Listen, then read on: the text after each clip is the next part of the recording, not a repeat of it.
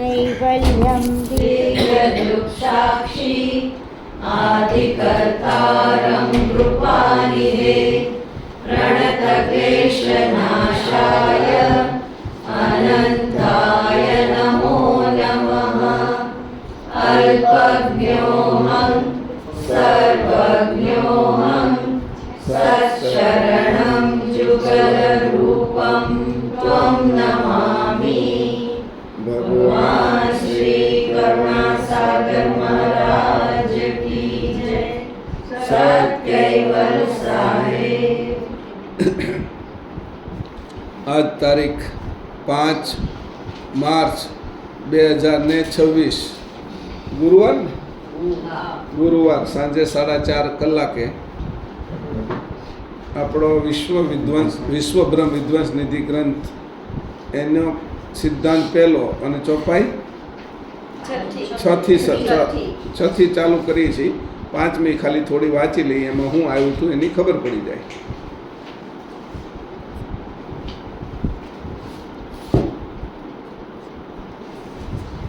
પાંચમી છે, પાના નંબર છે એના 2.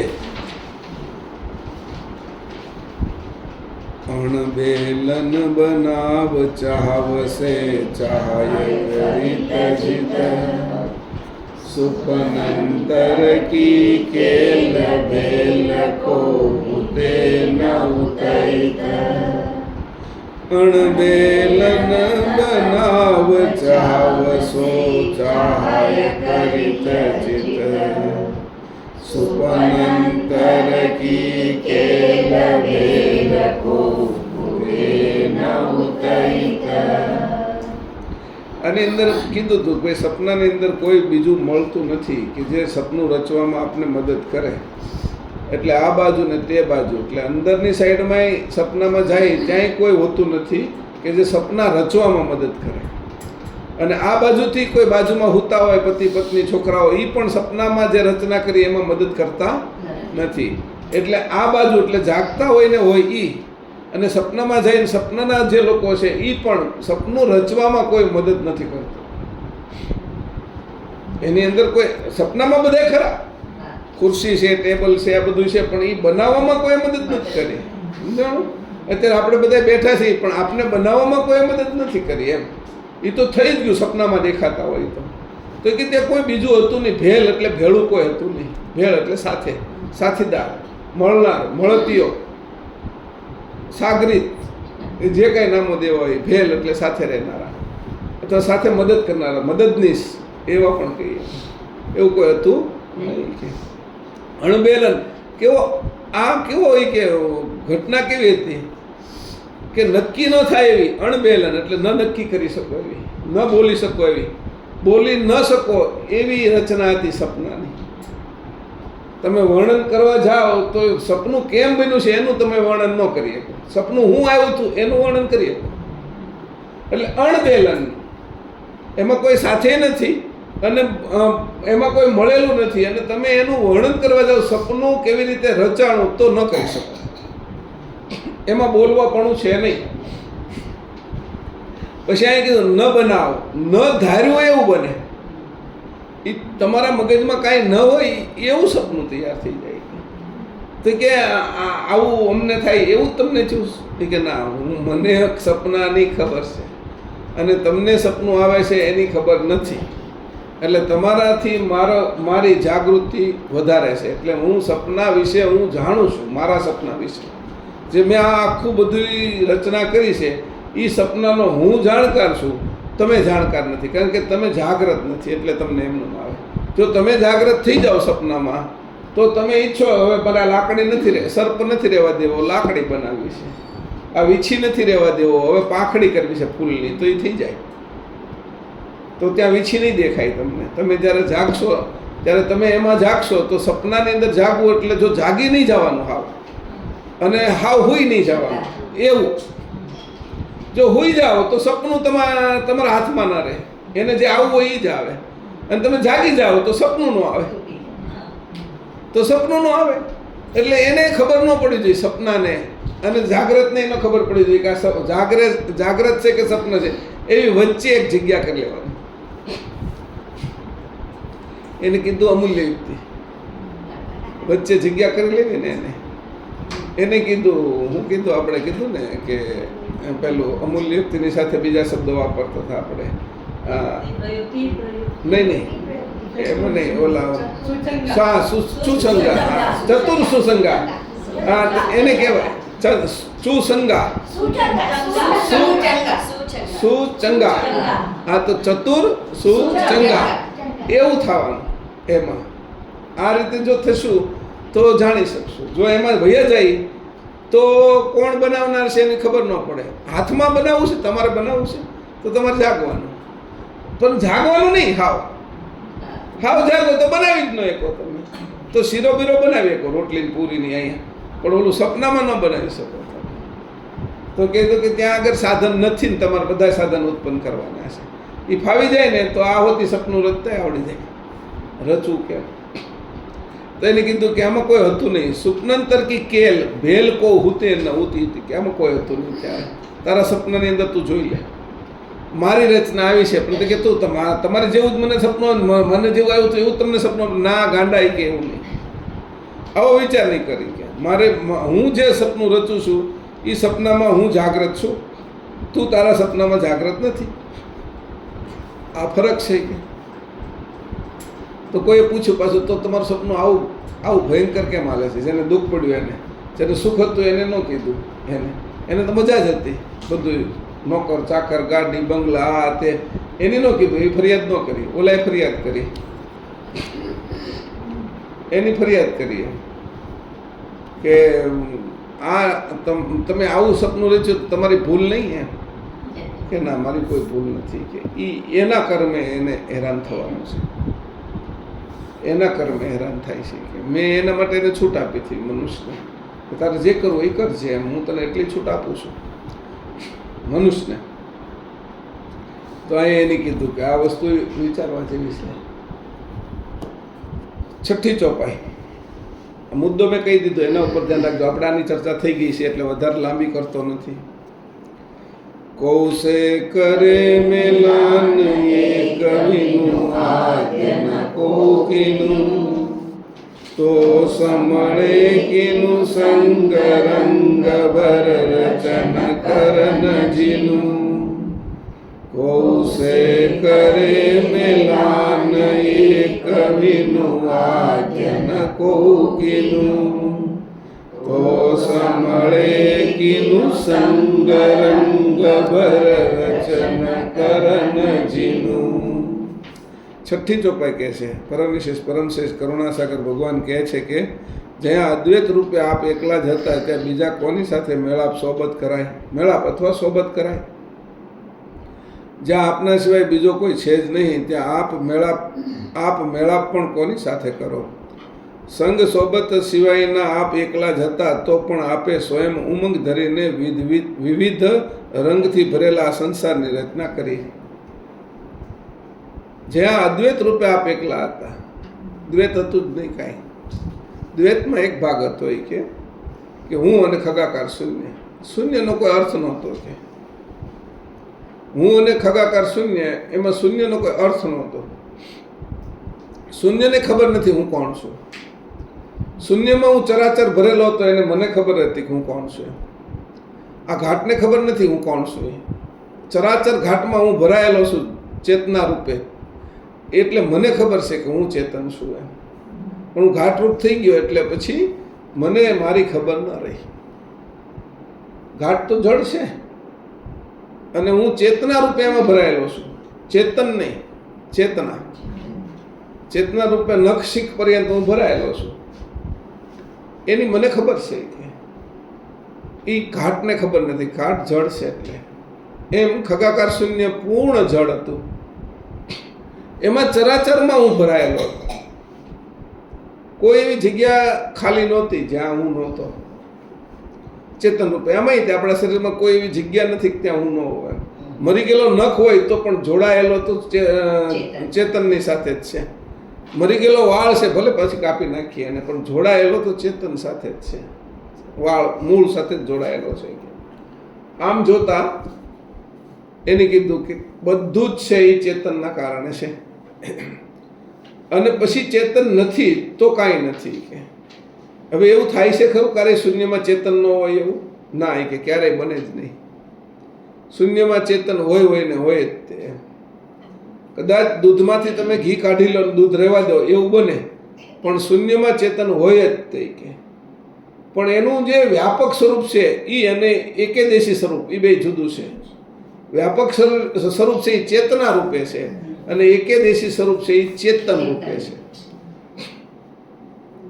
એટલે ચેતના છે એ કર્તૃત્વ કક્ષાની અંદર ચેતના એ એને જેટલા ભાગમાં છે એટલો ભાગ ચલાવે છે, પણ ચલાવનારની ચાવી એ ચેતનના હાથમાં છે, કેવલના હાથમાં છે. ચાવી એના હાથમાં, રિમોટ એના હાથમાં છે. ચાલે ભલે ટીવી ત્યાં, ફ્રીજ ચાલે, પછી એસી ચાલે, પંખા ચાલે, રિમોટ ચાવી રિમોટ એ ચેતનના હાથમાં. હવે અહીંયાથી જાય છે એ ચેતના જ જાય છે. આ બધું કામ કરે છે એ ચેતના જ કરે છે. આ બંધ કરવું છે, આ ચાલુ કરવું છે, એ બધી ચેતના કરે છે. ઓછું કરવું છે, વધારવું છે, જે કાંઈ કરવું છે એ ચેતના કરે છે. ચેતન છે એના હાથમાં છે. આ હાથમાં છે, ચેતનના હાથમાં, અને એ હાથમાં છે એનું નામ જ ચૈતન્યતા છે. એ બે બાજુ જાય છે. અંદર ઉતરી ગઈ તો ચેતન થઈ ગઈ, ચેતના થઈ ગઈ. શરીરમાં ઉતરી ગઈ એટલે ચેતના, અને અંકુરમાં છે તો ચૈતન્યતા. અને એ અંકુર કેવલ કર્તાના હાથમાં છે, એ રિમોટ તરીકે, એટલે અંશના હાથમાં છે તો કેવલ કર્તાના હાથમાં છે તો એ રિમોટ તરીકે છે. એટલે એ ચૈતન્ય, ચૈતન્યતા, ચેતના અને ચેતન, આ ચાર વસ્તુનો વિવેક. એટલે ખબર પડે કે આ બધાની અંદર તો હવે તમે ક્યાં હોય કે જ્યાં ઈચ્છા કરું ત્યાં હો. એકેદેશી ખરો, પણ એક દેશ એટલે આ જગ્યાએ શું આ જગ્યાએ નથી એવો નહીં. હું જાય મારે જ્યાં કેન્દ્રિત થાવ ત્યાં હું ત્યાંથી નીકળું. એવું નહીં કે આ શું અહીંયા નથી. જ્યાં હું કેન્દ્રિત થાવ એકેદેશી હું બધે જ છું. પાછું વ્યાપક એકેદેશી પદ છે. એકેદેશી એટલે તમે લોહીના વિષયમાં તમે ટાંચણી મારો ત્યાંથી લોહી નીકળે, એ એકેદેશી છું. પણ આખામાં લોહી તો છે જ, પણ મૂળ સ્થાન એનું હૃદય છે. એટલે હૃદયમાં શું કે હૃદય, આનું હૃદય ક્યાં હશે કે કેવલ ખગાકાર શૂન્યનું, એના હૃદયમાં. તો કે જ્યાં જ્યાં અંશો છે ને એના હૃદયમાં હું છું. અંશો ને હૃદય છે ને એમાં, શરીરના હૃદયમાં ના પાડી. શરીરનું હૃદયમાં લોહી છે, એમાં ભાવ છે. અંશના હૃદયમાં છું, ન્યા મારી જાણ છે, સુજાણ છે કે અંશના હૃદયમાં. ન્યા હું પરમ સુજાણ રૂપે બેઠો છું કે અંશના હૃદયમાં. જે અંશે થાય એને પરમ ગુરુ મળે, એ પરમ ગુરુ એ પરમ સુજાણ છે. અને એ જ્યારે પોતે એના સ્વરૂપે થઈ જાય ત્યારે એ મહત સુજાણ જાણ થઈ જાય, એ કેવલ થઈ જાય. આને સમજી લે જે માણસો તો એને ખબર કૌશે કરે મેલાન, તો ત્યાં કોઈ તો બે તો હતા નહીં. હું કોનાથી મેલાન કરું, કોની સાથે એકતા કરું? એક વિનું આ જેના કહું કીનું બીજો હતો જ નહીં. સોબત કરાય કોની યારે મારે કે જ્યાં આપ સિવાય બીજો કોઈ છે જ નહીં. ત્યાં આપ મેળાપ પણ કોની સાથે કરો, બીજું તો શૂન્ય છે. એટલે પોતાના હાથ ઘસીને જ ગરમી ઉત્પન્ન કરવી પડે. કોઈ લાકડા જ નથી મળતા, તમને ગેસ જ નથી મળતો, કોલસા જ નથી મળતા, ત્યારે કરવાનું હું? ગરમીની જરૂર છે તો પોતાના જ હાથ ઘસીને કરવી પડે. હવે પોતાના હાથ એટલે બે વૃત્તિ, અંતર્વૃત્તિ ને બાહ્ય વૃત્તિ. આ બે પોતાના હાથ. અંતર્વૃત્તિમાંથી અંશો ઉત્પન્ન કરવા પડે અને બાહ્ય વૃત્તિમાંથી પ્રકાશ બ્રહ્મ ઉત્પન્ન કરવું પડે. આ બંનેના મેલાનથી એક હિરણ્ય ગર્ભ બંધાય, અને હિરણ્ય ગર્ભથી પછી આ જગતની રચના થાય. એનું નામ સપનું.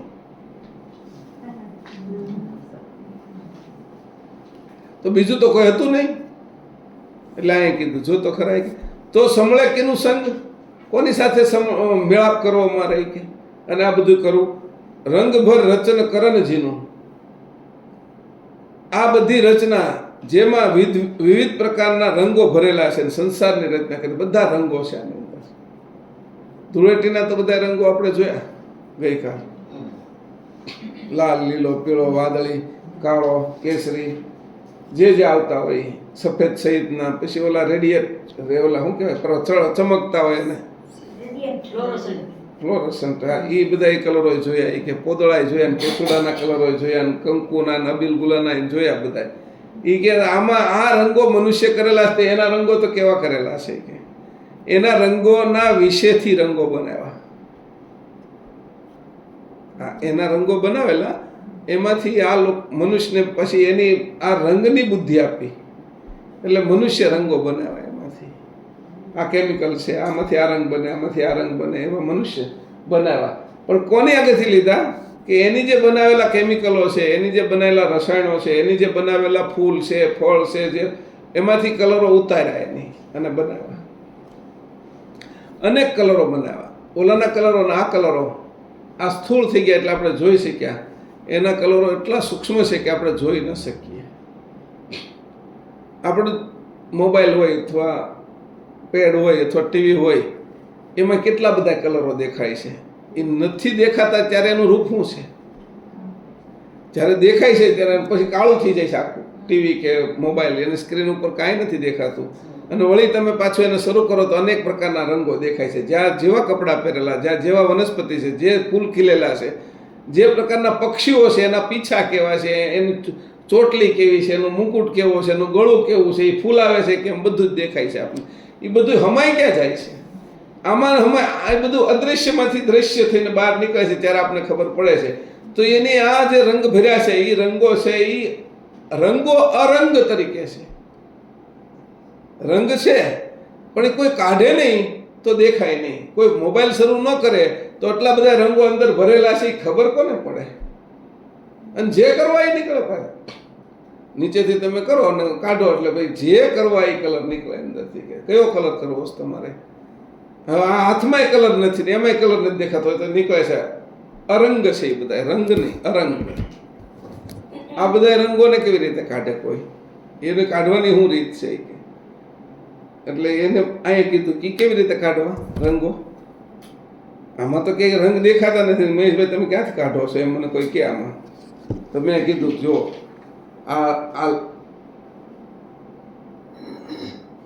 આ મેં લાલ રંગ કર્યો, પછી કીધું કે એમ નહીં, કે આ બ્લુ કર્યો મેં, આ છે એ લીલો કર્યો મેં, આ છે એ પીળો કર્યો મેં, આ છે એ કાળો કર્યો મેં.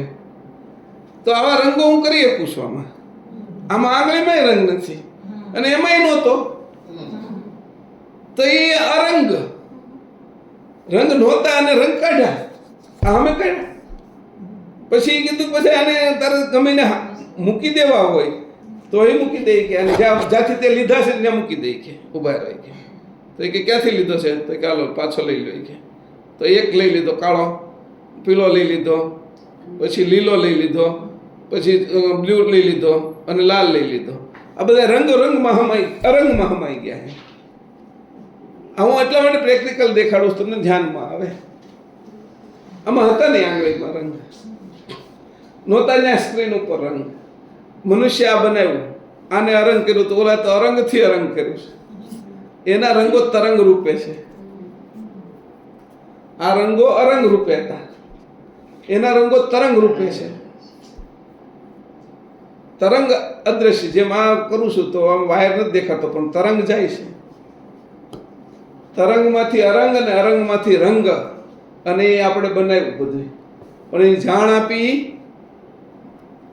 આપણે આ જાણ આપી એની ત્યારે બન્યું ને. તો એને અહીંયા કીધું છે. આને કેવી રીતે સમજે કોઈ?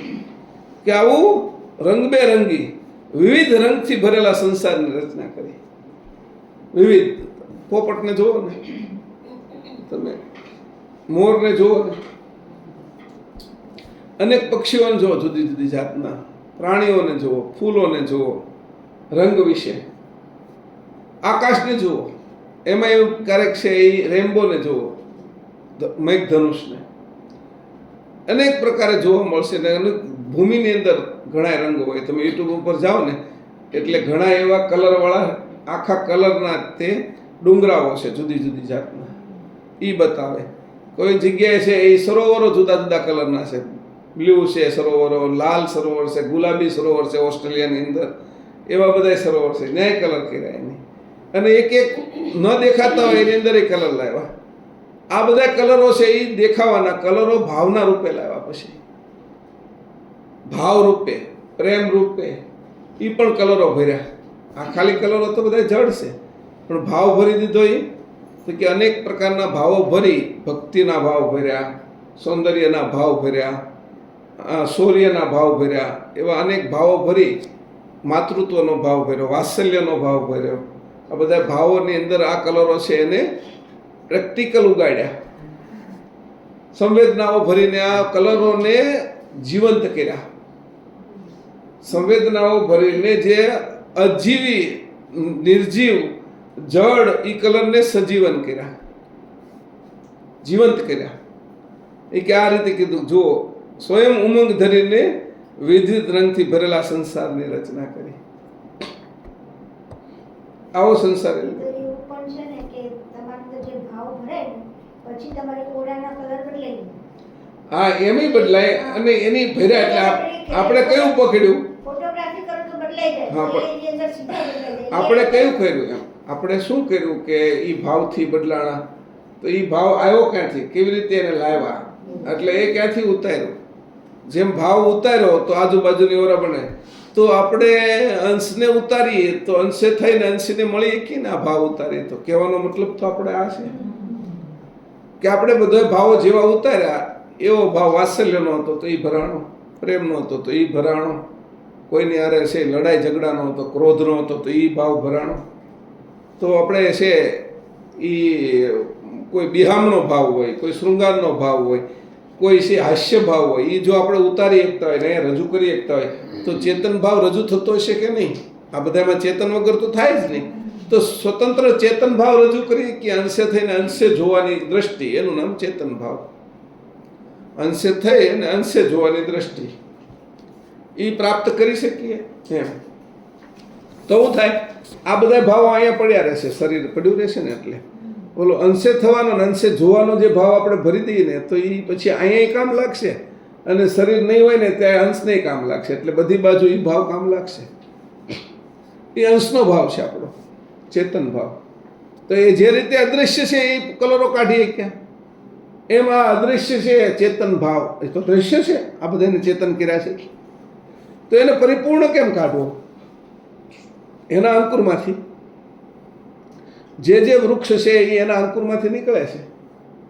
તો આ અંશનો જે ચેતન ભાવ છે એ એના અંકુરમાંથી કાઢવું. અને એનું અંકુર ક્યાં છે? સમજણમાં. પહેલાનું અંકુર ક્યાં છે? ગોટલામાં આંબાનું. જાંબુડાનું અંકુર ક્યાં છે? ઠળિયામાં, હે ને? એવી રીતે આનું અંકુર ક્યાં છે? સમજણમાં, જાણમાં. જાણમાંથી કાઢવાનું.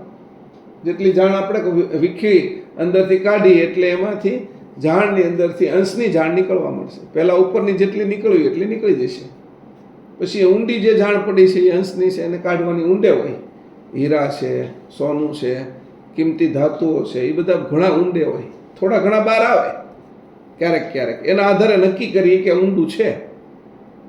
વધારે ઊંડું તો એ નીચે છે એમ. આ લોકો 1000, 1500, 2000, 5000 ફૂટ સુધી નીચે જાય ત્યારે અંદરથી પેટ્રોલ નીકળે. તો જેટલું ઊંડું છે એટલું કિંમતી છે.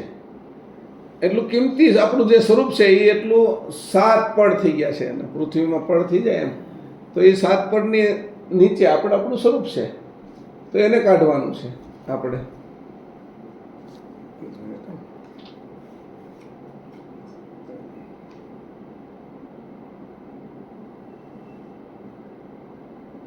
સ્વિંગનું કયું છે એ કરી નાખો.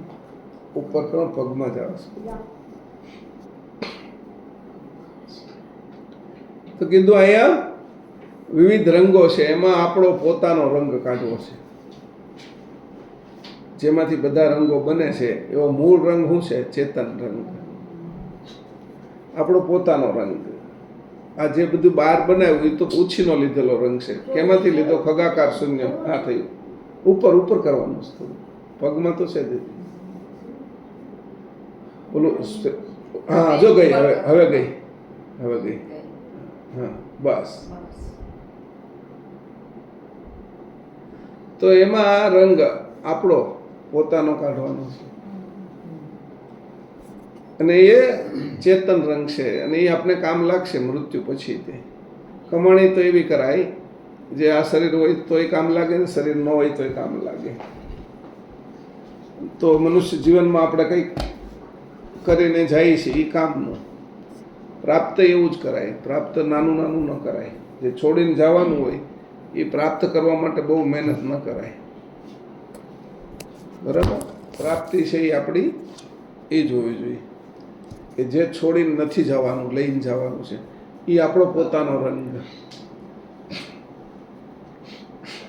કહેવલ કરતા એ અંશ માટે સ્પેશિયલ એક રંગ આપ્યો છે અને બાકી છે એ 7 શરીરો માટે બાકીના બધા રંગો આપ્યા છે. એટલે અહીંયા રંગો સંસારમાં વાપરવાના અલગ છે અને આપણો રંગ પોતાનો સંસારમાં વાપરી શકીએ ને સંસારમાંથી વચ્ચે વાપરી શકીએ ને ત્યાંય વાપરી શકીએ. બધી જગ્યાએ વાપરી, બધે હાલે ને એવું ચલણ લેવાય. ભારતમાં હાલે ને પછી અમેરિકામાં ન હાલે, દુબઈ જાવ તો ન ચાલે, એવું ચલણ નહીં લેવાનું. આખા દુનિયામાં ચાલે ને એવું કોઈ ચલણ હોય તો એ મારે લેવું છે, એવી નોટ હોય, એવા પૈસા હોય તો મારે લેવા છે. તો એ વધારે સારું પડે એમ કે ક્યાંય વટાવા બીજી માથાકૂટ નહીં એમ. તો ગમે ત્યાં લોકમાં જાઓ અને મારી વસ્તુ શું હાલે તે કે શું જાણ ચૈતન્યતા એ જ ચાલે. એ મને જોઈ છે, એની સિવાયનું નીચેનું મળે ને તો જોતું નથી, નજર ન્યા આવી ગઈ છે. હવે એકવાર સારા કપડાં, સારા ઘરેણાં, સારી વસ્તુ જોઈ, સારા ચપ્પલ ડિઝાઇનો જોઈ, પછી એનાથી મોળા કોઈ દેખાડે ને તો આપણે ગમતા નથી. આપણે જોઈ લીધો ને આપણા વિષયની અંદર જ. કોઈ એવી સારી ચશ્માની ફ્રેમ દેખાડી હોય, કોઈ સારી બુટ્ટી કે સારો કંઈ પણ બતાવ્યું, સારી પેન બતાવી ને આપણે વાપરતા હોય તો આપણે જ્યારે હાથમાં પેન લઈને ત્યારે ઓલી પેન તો યાદ આવે જ.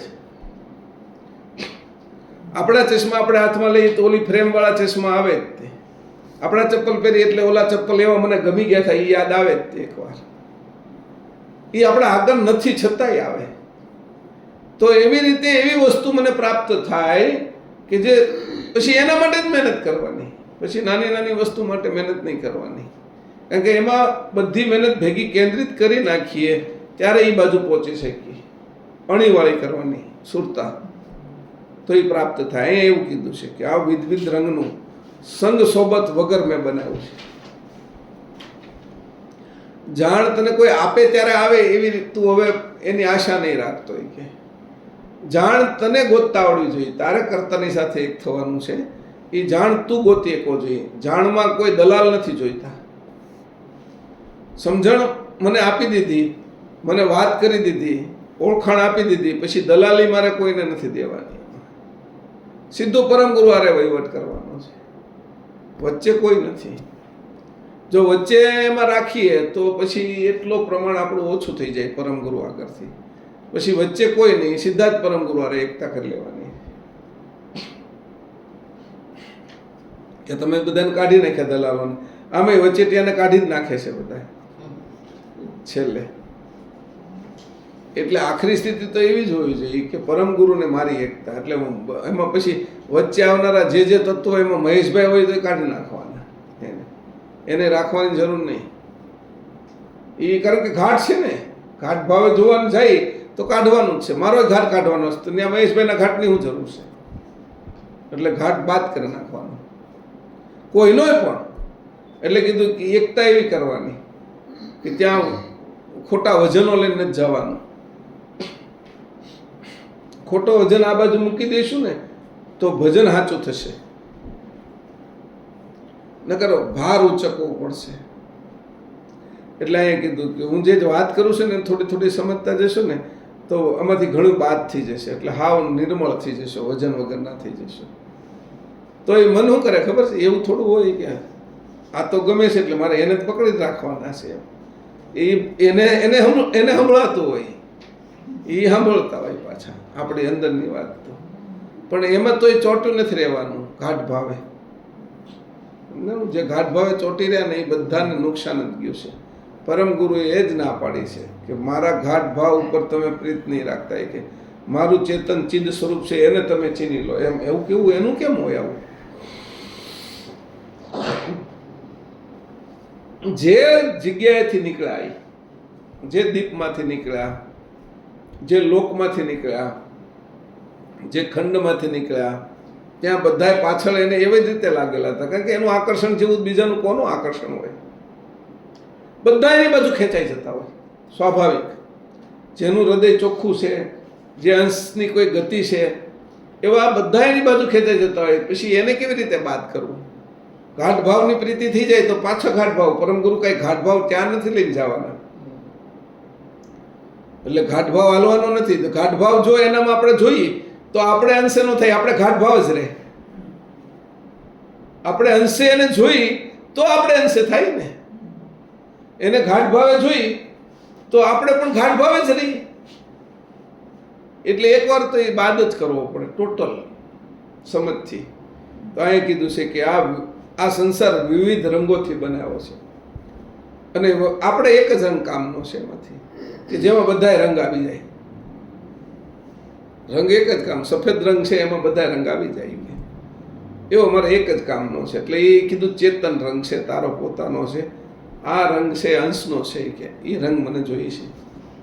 બાકીના રંગો અરે મારે કોઈ પણ પ્રકારની પ્રીત કરવાની થતી નથી, કે આવી નક્કી રાખજો.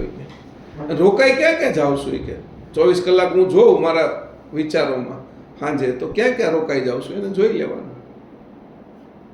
એના ઉપર તને વિશ્વાસ આવશે તો તારું કામ ઈ કરશે. પણ તને એની આગળ કામ કરાવવું છે એવો ભાવ હશે તો નહીં કરે. એના ઉપર તને વિશ્વાસ આવશે તો એ તારું કામ કરશે, પણ એની કીધું છે કે મારું એ કામ કરશે એમ કરીને તારે કામ કરાવવું છે તો નહીં કરે. એ કામ કરવા માટે નથી આવ્યા, તારો ભાવ જોવા માટે આવ્યા છે. મારું આ કામ નથી કરવું તમારે, એવું નહીં. એના આગળ કોઈ આપણી લાડ થોડા હાલવાના છે, જેની આ બધું બનાવ્યું છે ને, એટલે આવી રીતે જોવાનું. આપણી બુદ્ધિ હોય ને એવું કામ હોપીએ. કોઈ રાજા હોય અને એ રાત્રિ ચર્યા કરવા માટે પોતાના રાજ્યની અંદર શું શું ચાલે છે એના માટે ગુપ્ત વેશે ઢાક પીછોડો કરીને રાજાના વેશ ન પહેરે અને એ રાજ્યની અંદર નગરચર્યા કરવા નીકળે એકલા. કોઈ સાથેનો, વાસ્તવમાં કોઈ સાથે હોય તો ખબર પડી જાય. કોઈ ભિખારીનો વેશ લે, કોઈ સાધુ સંતોનો વેશ લે, કોઈ અપંગનો વેશ લે, એવું કરીને એ નીકળે. તો રાત અહુર ક્યાં ક્યાં શું ચાલી રહ્યું છે એને હકીકતની ખબર પડે. એ હકીકતની ખબર પડે એની હાટું નીકળે, એટલે એના વેશ હારે જે એકતા કરીને કામ કરે એને ન ખબર પડે. એ તો જોવા નીકળ્યા છે મારા રાજ્યની અંદર શું શું ચાલે છે, એટલે એ એના વેશની સાથે એકતા નથી કરવાની. જો આપને ખબર પડે તો એની સત્તા સાથે એકતા કરવાની. રાજા છે એ રાજા એટલે છે કે એની આગળ એ સત્તા છે.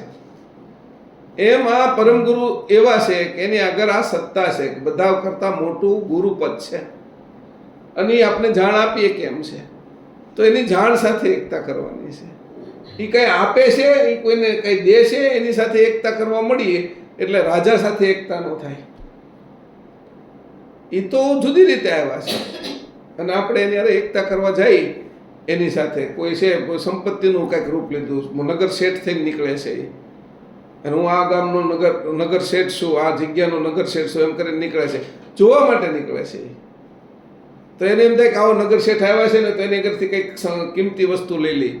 કંઈ કોઈ ભિખારી થઈને નીકળો તો કોઈ દયાવાન છે એને ભીખ દેવાનું મન થયું, બીજે કીધું હાલ તો આગળ વયો જાય, કે એમ હોતી કહે છે ઘણા. તો કોને કેવું રૂપ, કોને શું ગણતરી છે એ પ્રમાણે.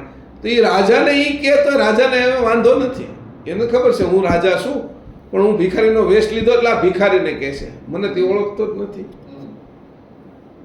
એટલે એનો એ દોષ નથી ગણતો. એમ કોઈ એને આપે છે તો એના માટે ખુશી નથી થતો, એ એનો ભાવ છે કે, પણ હારો વ્યક્તિ છે એટલે મારે નોંધમાં લેવાય જશે કે આ હારો વ્યક્તિ છે, એની જે કંઈ કર્યું સારું કીધું, મારી નોંધમાં આવી જશે. પછી ઓલાને ક્યારેક એમ ખરાબ કામ કર્યું હોય તો એ મારી નોંધમાં આવી જશે કે, પણ એ વર્તન સામાન્ય ને હું કરે છે એ હું જોવા આવ્યો છું. એટલે અહીંયા તો એવી રીતે પરમ ગુરુ આવીને વહી કે 105 વર્ષ સુધી એમાં કેટલા જણા એને ઓળખે ને કેટલા ન ઓળખે. પછી ઓલા આવીને વહી ગયા ને પછી ઓળખતા થયા બધા. ત્યાં તો સમય પૂરો થઈ ગયો. તમારા હાથમાં શું આવ્યું એને કીધું એ તો સમજ્યા નહીં, એટલે અહીં કીધું છે નહીં ભાઈ, જો છઠ્ઠી ચોપાઈની અંદર અને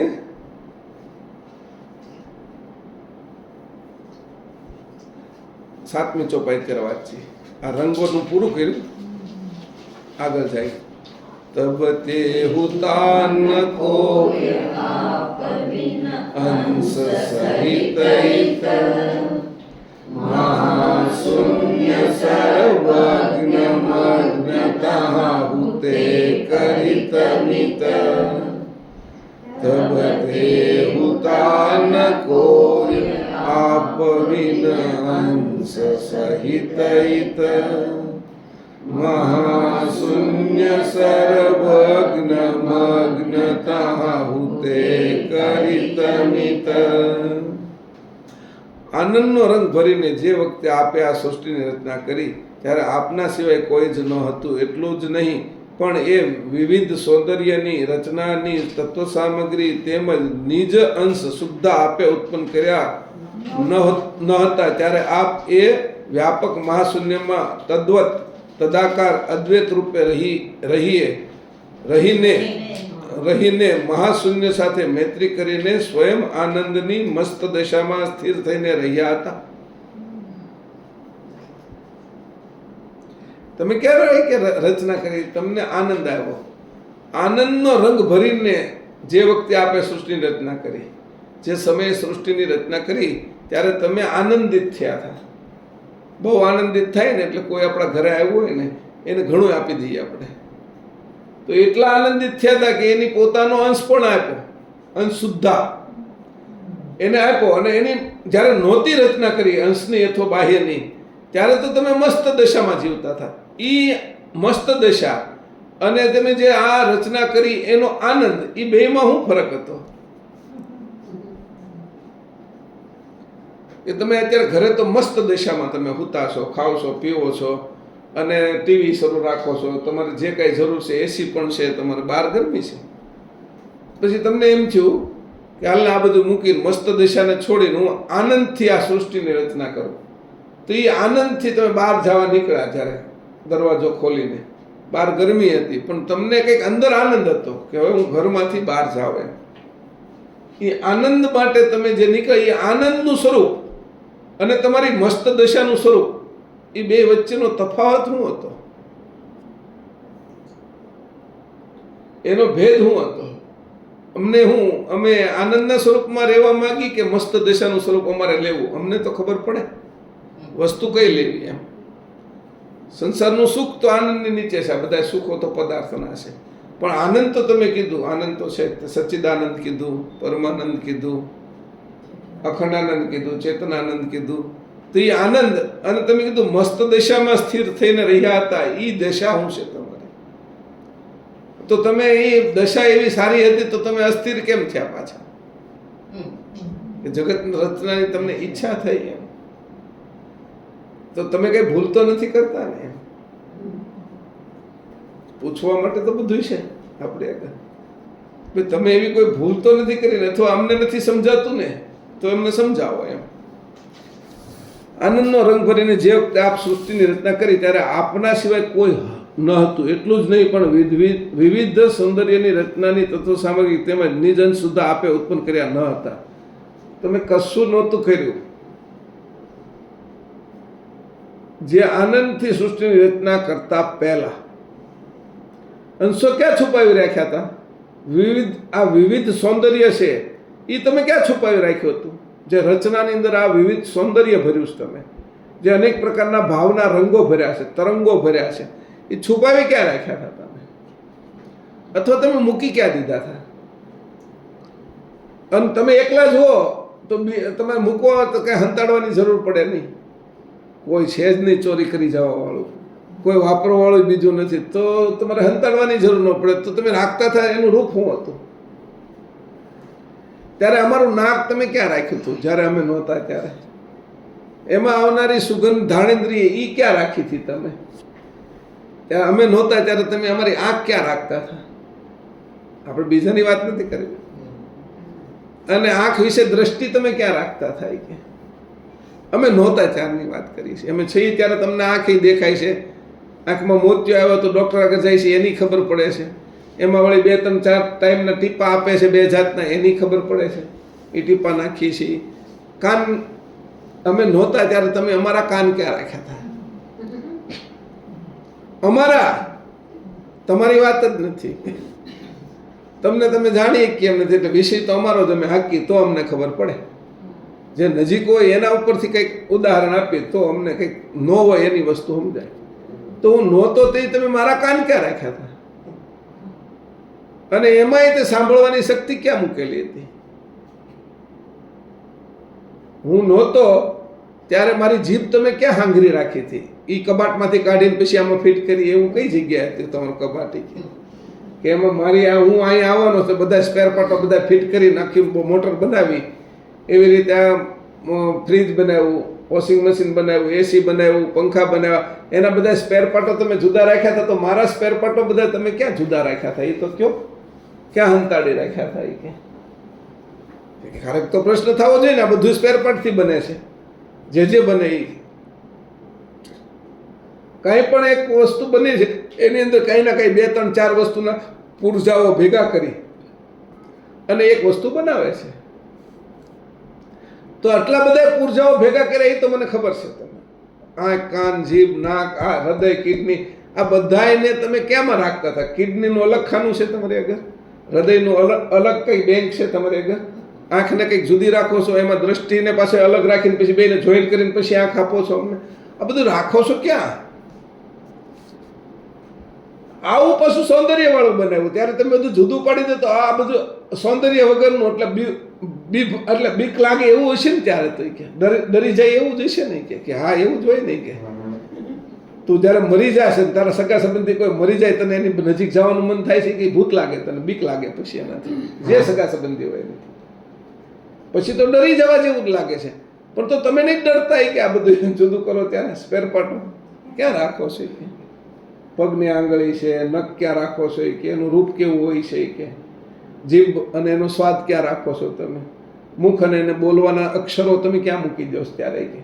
કે કઈ જગ્યાએ મૂકો છો? કે અને મને ક્યાં મૂકો છો? અંશને એમ પાછું કહે છે અહીંયા કે આવું આનંદભરી સૃષ્ટિ તમે આનંદથી જે બનાવી છે એમાં તમને આનંદ, અને તમે જે મસ્ત દશામાં રહેતા, આનંદની મસ્ત દશામાં રહેતા, એ મસ્ત દશા કેવી હતી? આનંદની. અને આનંદથી સૃષ્ટિ બનાવી એની હું હતી.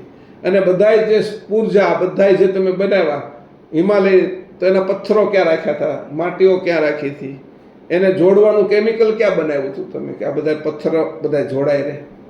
ફેવિકોલ કે ગુંદર કે એવું બધું ક્યાં રાખ્યું હતું કે તમે કે જેનાથી આ બધું જોડાણું? સૂર્યચંદ્રને તમે રાખ્યા કે તો એના દોરડા ક્યાં રાખ્યા થાય? કે એટલામાં જ ફર્યા કરે, એનાથી આગળ જાય નહીં. કે આપણે દોરડું હોય એમાં બાંધીને કોઈ વસ્તુ ફેરવો ને તો એટલામાં જ ફર્યા કરે, એનાથી દૂર જાય નહીં, નજીક ન આવે. હા, તો એ કે આ બધું ક્યાં રાખ્યું હતું? કે એમાં ગુરુત્વાકર્ષણ નહીં બધું, બધા કહે કે ગુરુત્વાકર્ષણ, તમે રાખો ક્યાં ગુરુત્વાકર્ષણ? આ બધું હંકી લો તો ગુરુત્વાકર્ષણ રાખો ક્યાંય? ક્યારેક તો પ્રશ્ન થાય ને આપણે, આવા પ્રશ્ન થાય તો ખબર પડે ને કે આ મને ક્યાં રાખો છો તમે? તો મને રાખો ત્યાં હું હો, એટલે મને ત્યાંથી હું જોડું. જે માયા રાખ્યા છે તો એ કે આ અંકુરમાં રાખવું, પણ તો એ અંકુર તમે નહોતું બનાવેલું ત્યારે ક્યાં રાખતા હતા? હવે અંકુર તો પછી તમે સૃષ્ટિ બનાવી હતી એટલે અંકુર બનાવ્યા ને. જેમ પછી સૃષ્ટિમાં તમારે સ્થૂળ રૂપ આપવું હતું તો શરીર બનાવ્યા તમે અંકુરમાંથી, ઘાટ તૈયાર કર્યા અને ઘાટની અંદર અંગો એના બનાવ્યા.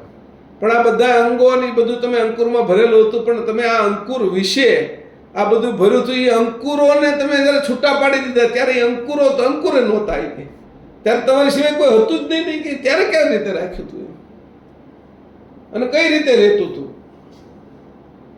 એટલે એને કીધું કે સ્વયં આનંદની મસ્ત દશામાં તમે સ્થિર હતા.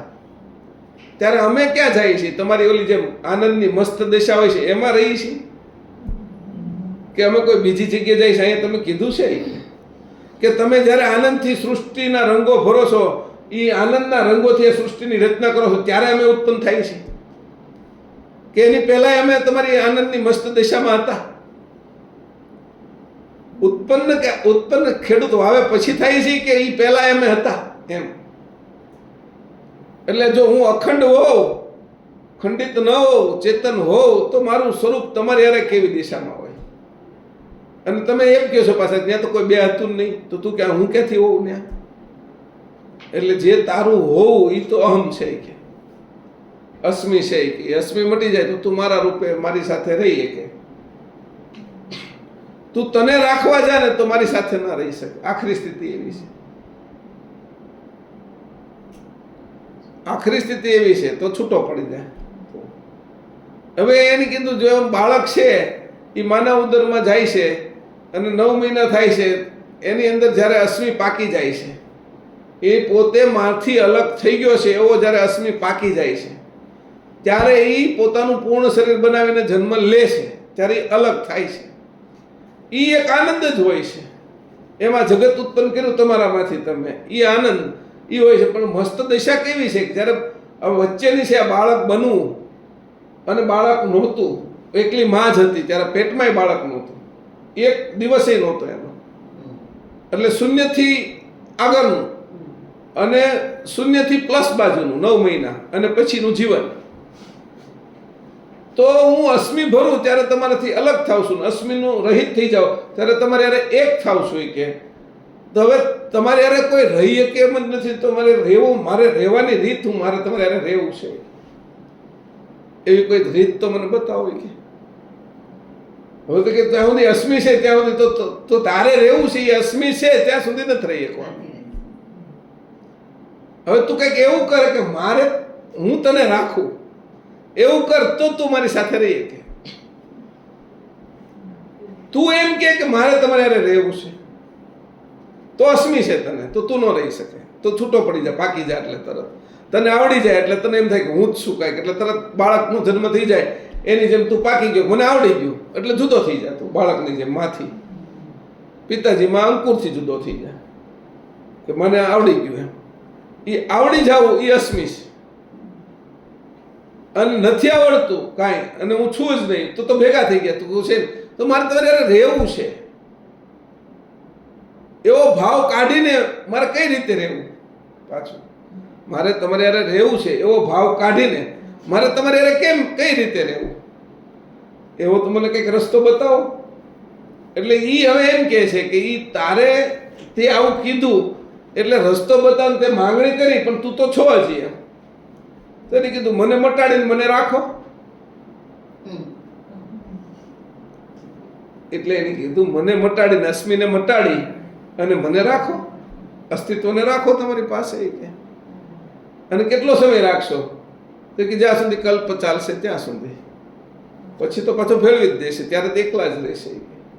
તો એ તો આનંદ મને મળશે ને કલ્પ સુધીનો, એ કઈ નાનો મોટો તો આનંદ નથી. કે કોઈને એમ કીધું ફરવા જવાનું છે તમારે 5 વર્ષ સુધી, તમારે તમને જે આખી દુનિયામાં સારું લાગે અથવા આખા બ્રહ્માંડમાં સારું લાગે, સ્વર્ગ કે વૈકુંઠ, એમાં તમને 5 વર્ષ છે ફરવા જવાનું છે એમ કે કદાચ, તો ઓલા હાવ રાખવાના છે. સ્વિટ્ઝરલેન્ડ એને નક્કી કર્યું મારે સ્વિટ્ઝરલેન્ડ જવું છે, આ જગ્યાએ જવું આરામ મારે, સાવ નથી રહેવા દેવાના.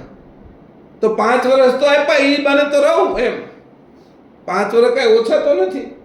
સ્વિટ્ઝરલેન્ડમાં અહીંયા પડ્યો રહું છું ઝૂંપડપટ્ટી, એની કરતાં તો ત્યાં સ્વિટ્ઝરલેન્ડમાં આનંદ માણું ને એમ. એ 5 વર્ષ એ લઈ લે, એ 5 વર્ષ એમ કીધું જ્યાં સુધી કલ્પ રે, આ જગત રે ત્યાં સુધી તો તમારી પાસે રહું, એટલું તો મને આપો તમે એમ. એટલે એ માટે એટલું સમર્પણ કરે છે કે હું તમારે જ્યાં સુધી, પછી તો એકલા જ તમે છો એમ કીધું છે. કારણ કે સપનું ત્યાં તો આને આવડી જાય સપનામાંથી બહાર જતા, પણ એને કોણ શીખવાડશે કે સપનામાંથી? એના સપનામાં છે ત્યાં સુધી આપણે બધા છીએ, પણ સપનામાંથી એના સપનામાંથી નીકળવું કેટલું અઘરું છે. આપણા સપનામાંથી કંઈ ઘોડા બોડા હાથી આ તે આવ્યા હોય એને બહાર કાઢવા હોય તો એ કયા ઘરમાં ભરાય?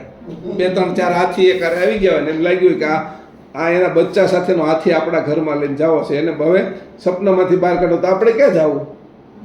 હાથી આવી જાય તો ઘરમાં જગ્યા ક્યાં રહે? એને ખવડાવવું પછી. એટલે સપનામાંથી કાઢવું હું એની ખબર રહેવી જોઈએ. વિવેક વગર કાંઈ કઢાય નહીં એમ. બકરીની જરૂર હોય તો બકરી રખાય, હાથીની જરૂર હોય તો હાથી રખાય. હાથી રખાય રાજાને, બકરી રખાય છે એ ગરીબ માણસને. એટલે રોજ સાંજે દૂધ દોવા દે. ઓલો રોજ છે એ 5 6 મણ છે એ ઘાસ ખાઈ જાય, એ માંગે અને પછી આપણે એ કાંઈ આ સગવડતા ઓલો બકરી તો છૂટી મૂકે એટલે બધે ખાય ને સાંજે આવીને દૂધ દઈ દે. તો જેની જે જરૂરિયાત છે એ કરાય. મોટું થવા માટે, મોભો પાડવા માટે અથવા અહમને પોષવા માટે હાથી ન કઢાય સપનામાંથી બહાર. હવે આવું જ્યારે આપણે સપના વિશે આપણે આવડી ગયું હોય ત્યારે વિવેક કેટલો જોઈએ. એટલે કહે છે કે એ જે મસ્ત દશા છે એનું નામ શું છે કે પરમ વિવેક છે. એ મસ્ત દશા એ છે કે પરમ વિવેક છે. મને ત્યારે આનંદનો રંગથી આ સૃષ્ટિ બનાવી એ વિવેકવાળી બનાવી, પણ મેં જે મસ્ત દશામાં રહું છું એ તો પરમ વિવેક છે મારો. ત્યાં કેમ રહેવું એ એકલાને.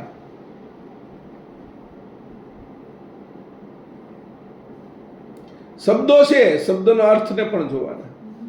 પરમ વિવેકી કેવો છે કે હું તને એ નથી કહેતો કે જે રાજહંસને છે એ રાજહંસ મોતી જ ખાય છે, બીજું કંઈ ખાતો નથી. એ પાણીને જુદું કરી અને દૂધ પીવે છે, એવો વિવેક છે પરમહંસનો વિવેક. એ પરમહંસનો વિવેક નથી કહેતો તને. અહીંયા વિવેક છે એ પરખ હંસનો કહું છું કે આ વિવેક એનાથી ઉપરનો છે. પરમહંસનો એ નથી કહેતો કે આ વિવેક એનાથી ઉપરનો છે, જ્યાં તને લઈ જવાનો છે. મારે જે એકલા રહેવો છું ને તારે એકલા તો મારે યાર તું રહીએ કે જો તને પરખહંસનો વિવેક હોય. પરમહંસનો ને એ બ્રહ્મ મારે, અને પરમહંસનો છે એ કેવલ કરતા મારે, પણ એ પહેલો ઉત્પન્ન થાય અને છેલ્લે ભળે. પરમહંસ ભળે ખરા, એ સપનામાંથી બહાર ના નીકળી શકે. પરખહંસ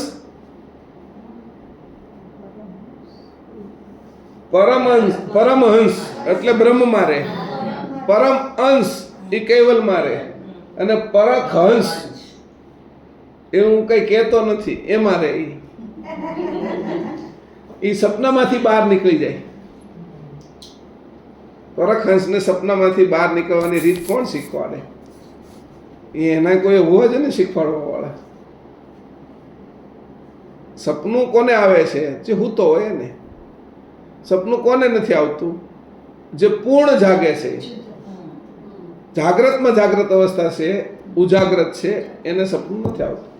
જાગ્રતમાંય સપના આવે, જાગ્રતમાં સુસુપ્તિ હોય, એના પેટા લાગે તો. આને જાગ્રતમાં અતિ ઉજાગ્રત સ્થિતિ છે, એને સપનું આવતું નથી, અને એ કોઈને સપનું જોતો પણ નથી. એટલે સપનું આવે નહીં ને સપનું જોવે નહીં તો એ બહાર જ છે, એ બહાર નીકળી ગયો. આ કર્તાનું સપનું છે એ હવે જોતો નથી, અને પોતાને સપનું આવતું નથી. એટલે બેયમાંથી બહાર નીકળવાની એને ટેકનિક આવડી ગઈ. પોતાને સપનું આવતું નથી કારણ કે અતિ ઉજાગ્રત સ્થિતિમાં છે, જાગ્રતમાં અતિ ઉજાગ્રત. અને કર્તાનું આ સપનું છે એવું હવે એ જોતો નથી. એ જોવે તો સપનું થાય, એ જોવે નહીં અને સપનામાંથી બહાર નીકળી જાય. આવી રીતે જોવે તો સપનું છે એવું જોતો નથી એમ કરીને સપનું જોવે એમય નહીં, એટલે બહાર નીકળે. આખો સમજણનો વિષય છે. એટલે કીધું સ્વયં આનંદની મસ્ત દશામાં સ્થિર થઈને રહ્યા હતા. ત્યારે તો કોઈ હતું નહીં. મહાશૂન્યની સાથે મૈત્રી કરીને. હવે મહાશૂન્ય મૈત્રી કરવા જેવું છે જ નહીં કાંઈ. એ તો જળ છે ને કેમ મૈત્રી થાય? તો એને આધાર હું? જો એને આધારની જરૂર પડે તો બધાને કેમ આધાર આપીએ? કે એ તો નિરાધારનો દેશ છે, ત્યાં આધાર વગર રહેવાનું છે. તો આધાર વગર અહીંયા રહેતા શીખી તો ત્યાં જાય ને. એટલે મેં તમને કીધું માત્ર પરમ ગુરુ ઉપર, પછી કોઈ રહે નહીં વચ્ચે. વચ્ચે કોઈ આવશે નહીં પછી. અને સાચું જો સમજાવવું હોય તો પોતાનું અસ્તિત્વ રાખવાનું ન હોય, પરમ ગુરુ આરે જ લગાડી દેવાના હોય બધા, તો જ પૂર્ણતા આવે. નકર તો આમ જ આમ ફસાય નહીં ને. વ્યક્તિ પૂજા જ થઈ ગઈ ને બધે. આપણા સંપ્રદાયની અંદર એવું છે, વયા ગયા એના પુત્ર બેહાર દેવાના, તો શું થઈ ગયું? પરમ ગુરુ આરે તો કોઈને નથી લગાડતા.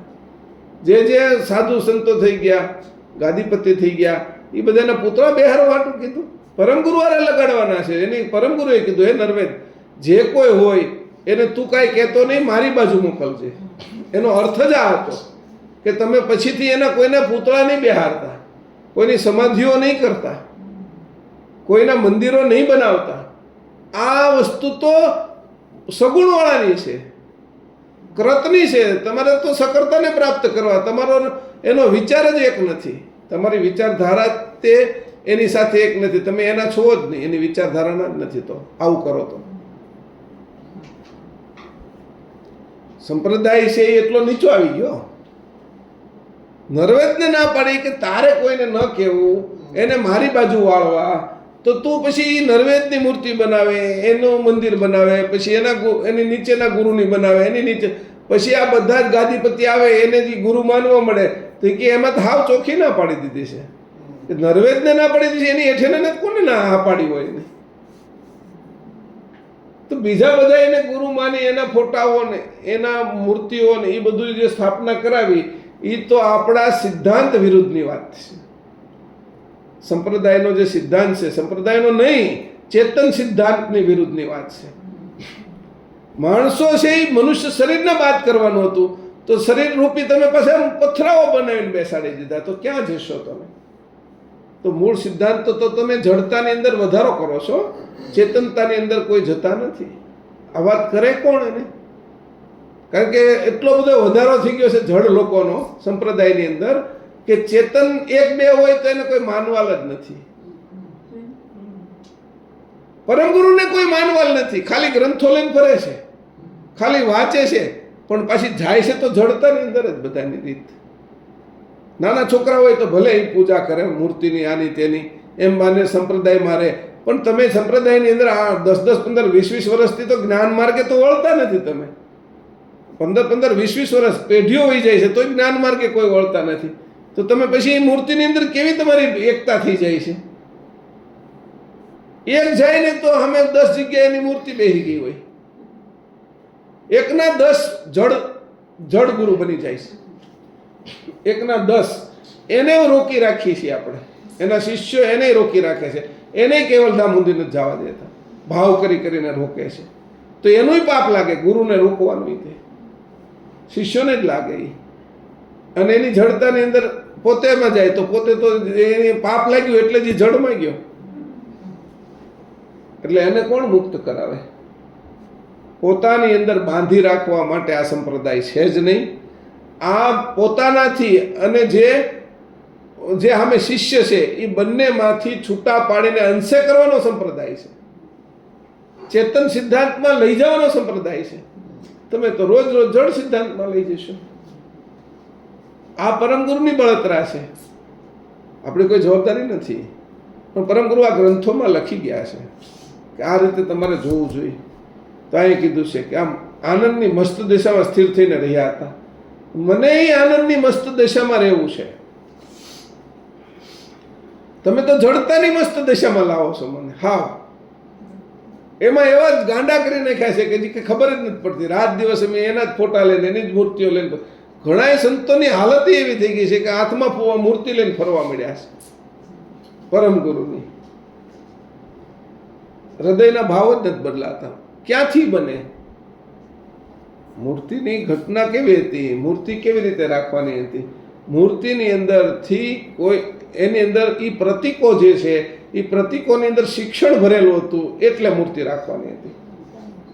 ધારો કે મૂર્તિ છે સરસ્વતીની, તો સરસ્વતીની મૂર્તિ જોઈને આપણને જ્ઞાન પ્રાપ્ત કરવાનું મન થાય એવા પ્રતીકો હોય એના. એ પ્રતીકોને જોઈને કરવું શું જોઈએ એ ખબર પડે. મૂર્તિ છે એ આપને એક પ્રકારની ભાષા છે. હાથમાં તલવાર છે તો એક ભાષા છે કે શૂરવીરતા હોવી જોઈએ.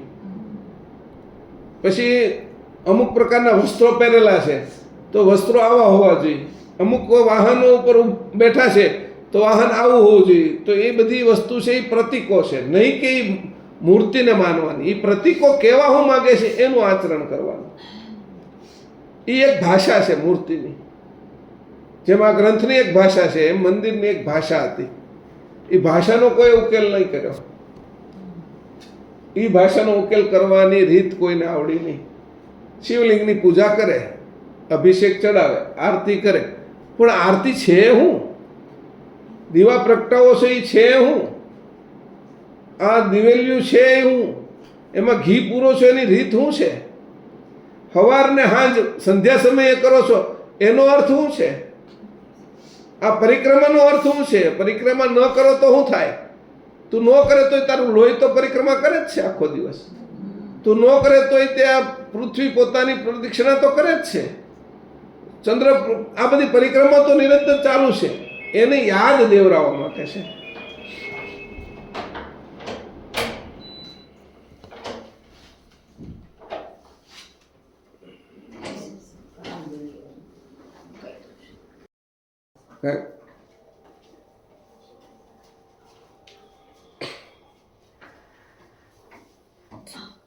તો આ બધા જે વિષયો છે આપણે ન કરીએ તો એ શ્વાસ પરિક્રમા કર્યા જ કરે છે. એનું કામ આયામો ચાલુ જ છે એના. આંખની કીકી અંદરથી ફર્યા જ કરે છે, એનું કામ ચાલુ જ છે અંદર. દરેક કોષો હોતી એની ગતિ કર્યા જ કરે છે. પરમાણુ, અણુ, પ્રોટોન, ઇલેક્ટ્રોન, ન્યુટ્રોનની ગતિ કરે છે. પરિક્રમાઓ બધી શરૂ છે. માત્ર એ પરિક્રમા, આ બધું પરિક્રમા કરી રહ્યું છે એને સમજવા માટેની પરિક્રમા હતી. ચરણામૃતનો અર્થ શું હતો? ગર્ભગૃહનો અર્થ શું હતો? આ બધાની અંદર કઈ કઈ વસ્તુ ક્યારે કરવાની છે? આ ઘંટ વગાડવાનો છે, આ ઝાલર વગાડવાનો છે, આ ઢોલ વગાડવાના છે, જે કાંઈ હોય, નગારાકી, શંખ વગાડવાના અર્થો શું છે? તો એ પ્રતીકો છે. પ્રતીકોને જીવંત રાખવા જોઈએ, પણ એમાં પ્રતીકોની અંદર જડતામાં વયા જાય એ નહીં. પ્રતીકોથી ચેતનતામાં જવાનું છે, સમજમાં જવાનું છે. હવે પેલા કે ભાઈ મેં કીધું ઓહં સોંગ સત્સણમ જુગલ રૂપમ તમ નમામી, એમ કીધું ઓહં સોંગ ચરણમ યુગલ રૂપમ તમ નમામી એમ કીધું. તો એ લોકો મંત્ર જપવા માંડ્યા. તે દિવસે મેં કીધું હતું ને રામ રામ પેલો આવે કે પારધી આવે તો ઉડી જાવ કે, પણ એ કે યાદ ન રહે તો બોલતો થઈ જાવ કે બોલો ને, પણ પછી ઉડી જાય જોઈએ કે. તો બોલે ખરા, પારધી આવી જાય, ઝાડ નાખી દે તો એ બોલ્યા જ કરે. પારધી આવે તો અરે ક્રિયા કરવાનું કીધું છે.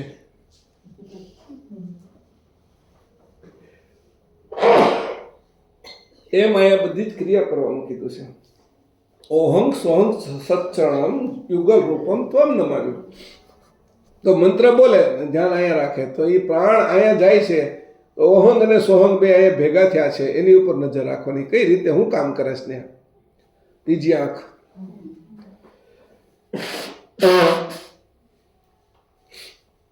એના ચરણ છે, બે ભેગા થાય છે એ જગ્યાએ એનું ચરણ છે. આ બે આંખની દ્રષ્ટિ ક્યાંથી આવે છે? આંખની દ્રષ્ટિ ત્રીજી આંખમાંથી, અહીંથી ઓહંગ અને સોહંગ બે જે ભેગા થાય છે એનું એક ઘર્ષણ થાય છે, એની અંદરથી દ્રષ્ટિ ઉત્પન્ન થાય છે. એ દ્રષ્ટિ અહીંથી સીધી નથી નીકળી શકતી, એટલે બે આંખમાંથી નીકળે છે. જો આ આંખ ખુલ્લી જાય તો ત્યાંથી પણ નીકળતી થઈ જાય, તો આ આંખમાંથી ન નીકળે. ત્રીજી આંખની દ્રષ્ટિ વિશેષ તાકાતવાળી છે. એટલે ઉપરનો માર્ગ સોહંગ, નીચેનો માર્ગ ઓહંગ, અને એનું જે મિલન એ આજ્ઞા ચક્ર. જમણી આંખની દ્રષ્ટિ એટલે સૂર્યની દ્રષ્ટિ, અને ડાબી આંખની દ્રષ્ટિ એટલે ચંદ્રની દ્રષ્ટિ. જે જગ્યાએ ભેગી થઈ છે, એક થયેલી હતી, ત્યાંથી બે જે જુદી થઈ એ એકતા જે એની થઈ એ ત્રીજી દ્રષ્ટિ, ત્રીજી આંખ. આજ્ઞા ચક્ર, ત્યાંથી કોઈ આજ્ઞા કરો તો થાય કે. પછી ઈડા અને પિંગળા એ બે ભેગી થાય છે, ઈ સુષુમ્ના, તો કે એ અહીંયા ભેગી થઈ. એટલે એની કીધું કે ત્રણેય વસ્તુ કઈ રીતે ભેગી થાય છે એને ત્રિધારું ભાલ તિલક આપ્યું છે. ત્રણ ધાર છે એની આવી રીતે. તો આ ત્રિધારું ભાલ તિલક છે. એ ભાલ તિલકને તો ન સમજ્યા, એટલે ઉપર રોજ કરે કે કેમ નથી કરતા ભાલ તિલક, એમ પાછા પૂછે આપને. કોઈ ન કર્યું હોય તો કેમ કરીને શું કર્યું તે? ભાલ તિલક કરીને શું કર્યું તે? ભાલ તિલકની સમજણ જે છે આ ત્રણેયને ભેગું કરવાનું. ઈડા પિંગળા સુષુમ્ના કરવાની, પછી જમણી આંખ ને ડાબી આંખ, અને ત્રીજી નેત્ર કરવાની. ઓહંગ અને સોહંગ એ જે ભેગા કર્યા છે, અને ન્યા જે પ્રક્રિયા થાય છે એને જોવાની. આ એટલી બારીક પ્રક્રિયા છે કે તને ખબર પડવા મળે તો અંશે થતા વાર ન લાગે. બારીક પ્રક્રિયા હતી. આપણો જન્મ તો બારીક પ્રક્રિયા હતી માતા પિતાની. એ બારીક પ્રક્રિયા અંદર હું થઈ, કઈ રીતે આપણે નાભીએ ચોટી ગયા, એ બધી બારીક પ્રક્રિયા છે. અને મનુષ્ય શરીર ધારણ કરી લીધું. તને જો અહીંયા ચોટી જતા આવડશે કે અને ત્યાંથી રસ્તો કરતા આવડશે તો અંશે થાય છે. નાભીએ ચોટી જતા આવડી ગયું તો તને છે એ શરીર ઘાટ તૈયાર થઈ ગયો. નાભીથી શરૂ કરીને આજ્ઞાચક્ર ઉપર ચડાવી અને અહીંયા તને એક કરતા આવડી ગયું તો તું છે એ તારા અંશે થઈ જશે. નાભીએ ચોટીને ઘાટે થઈ ગયો. હવે નાભીમાંથી જ ઊંચું લેવાનું છે, તારે ઉપર જવાનું છે. અને આજ્ઞાચક્ર હવે તારે એ ગતિ કેવી રીતે કરવાની છે? અને એ આજ્ઞાચક્ર જઈને એને કીધું ઓહંગ સોહંગ સત શરણમ યુગલ રૂપમ તમ નમામી. પછી તો આ બે વાત થઈ તો એની સાથે હવે તારે શું ભેળવવાનું છે? તો કે અલ્પજ્ઞ હંગ. અલ્પજ્ઞ હંગ એટલે અંશ થઈ ગયો. સર્વજ્ઞ હંગ એટલે કૈવલ કરતા. સત્ચરણમ એના ચરણ એટલે પરમ ગુરુ. સત્ચરણમ જુગલ રૂપમ તમ નમામી. ત્યાં હું નમન કરું છું ત્યારે, એટલે બહાર નથી દેખાતા. તો એ પ્રક્રિયા અંદર સૂક્ષ્મ ચાલે છે એને જોવી, નહીં કે મંત્ર છે, એ પ્રતીક છે. તમે મૂર્તિની પૂજા કરો, એની આરતી કરો એનો વાંધો નથી, પણ પ્રતીક રૂપે કરો ને તો વાંધો નહીં. તમે સાચું માનીને કરો ને તો તકલીફ છે. એમાંથી જાણ મેળવવા માટે કરો, પણ જાણ કોઈ મેળવતું નથી. આખી જિંદગી પૂરી થઈ જાય. ઉકેલ કરવાનું એ કે ના એ કે અમારા વડવા કહેતા હતા, અમારા બાપ દાદા કહેતા, કાકા કહેતા હતા, મામા કહેતા હતા, એટલે અમારે પગે લાગીએ છીએ, શ્રીફળ વધેરીએ છીએ, અમે હાંજ સવારની આરતીને પૂજાને એવું કરીએ છીએ, પણ એમાં કાંઈ દમ નથી. એ તો જડતામાં જડતાનો વધારો કર્યો. જડતાથી ચૈતન્યતામાં વધારો કરવાનો હતો, એને તમે છૂટી ગયા. એ ભાગ જ હોય આખો તમારો. એક ભાગને કાપી જ નાખ્યો તમે, જે વાસ્તવમાં પહોંચવાનો હતો. એટલે કોઈને આ વાત કરો તો કઈ સમજાય એવી નથી. જે વધારે વધારે મૂર્તિ સ્થાપવામાં જ લાગ્યા છે એવા કોઈને નહીં સમજાય. એને સમજાય ને ત્યાં બોર્ડ મારી દેવું જોઈએ કે આ પ્રતીક છે, આ પ્રતીકે કોઈ અટકશો નહીં. આની અંદર જે પ્રતીકતા છે, પ્રતીક વસ્તુ છે, એને ખાલી જોજો. આ ગ્રંથ પ્રતીક છે, આ ગ્રંથમાં જે સમજણ આપી છે એ અંદર ઉતારીને કરજો તો અંશે થશો. ગ્રંથ વાંચીને ઘોળીને પી જશો ને એનું જ્યુસ બનાવીને કાજુ દ્રાક્ષ નાખીને પીશો ને તોય નહીં આવે ને કે કાંઈ. સમજણ પીવાની છે અને એ પીતા નથી, એટલે જડ થઈ ગયું. અને જડ થઈ ગયું એટલે એટલો વધારો કરી નાખ્યો છે કે હવે પછી તો હવે ન છૂટક્યા પછી મુસલમાન ધર્મની સ્થાપના થઈ. આટલા બધા જડ કે જડતાની અંદર એ પાછા ઓર જડ છે. આના જડ તોડી તોડીને એ જડતામાં વધારો કરી નાખ્યો. એને તો પછી મનુષ્ય નથી દેખાતા. એને મનુષ્ય હતી એવું લાગવા માંડ્યું કે આ જડ છે, એટલે એને મારવા માંડ્યા. એટલે મૂર્ખામી કરી. એકને છોડાવવા બીજાએ એવું કામ કર્યું કે જેના કારણે બીજાને છોડાવવો હોય તો હવે અઘરો પડે એવું છે. આવી જે ઝીણી બાબતો છે એ એટલા માટે કહું છું કે જે વસ્તુ કરવા